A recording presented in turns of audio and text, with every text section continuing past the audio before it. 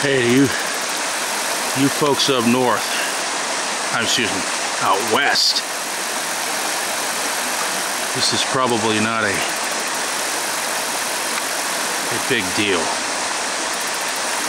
but this is the only rated rapids in the state of Florida. Category 3, actually.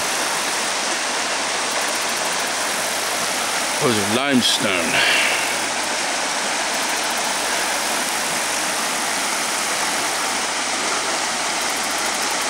I guess formed millions of years ago.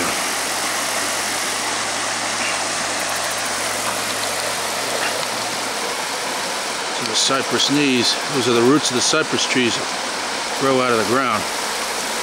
Actually stabilizes the riverbed.